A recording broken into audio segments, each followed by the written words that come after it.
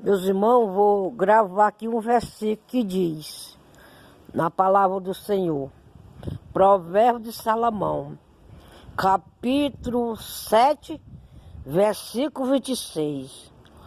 O sábio Salomão diz, a mulher é mais amarga do que a morte. É pior que a morte, a mulher. Viu, meus irmãos? Está escrito no Provérbio 7:26 de Salomão. Então, meus irmãos, glória a Deus. Agora, por que a mulher se tornou pior do que a morte? Mais amarga que a morte? Porque o Senhor ordenou ela para ela obedecer e ela desobedeceu o Senhor.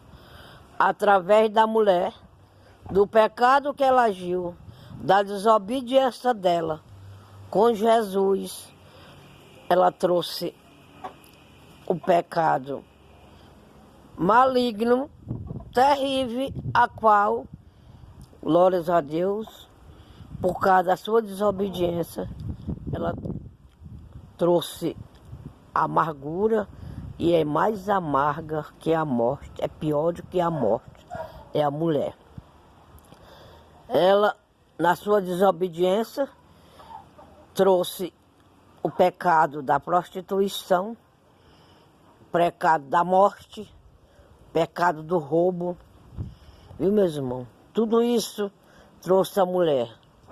Na família de Adão, que foi a primeira família que Deus construiu, construída por Deus, por causa dela, da Eva, ela desobedeceu a Deus, saiu, tirou o Espírito Santo da sua vida, foi expulso, perdeu todo o ouro, toda a riqueza, foram construir a família, através da família veio a morte. O filho matou o outro. Então, meus irmãos, as filhas também se prostituíram. Então a palavra de Deus diz que é mais amarga do que a morte, quem é pior do que a morte, a mulher. Tá vendo, meus irmãos? Como Deus fala, como Deus diz para aquele que ele abre a boca e pede para obedecer e não obedece.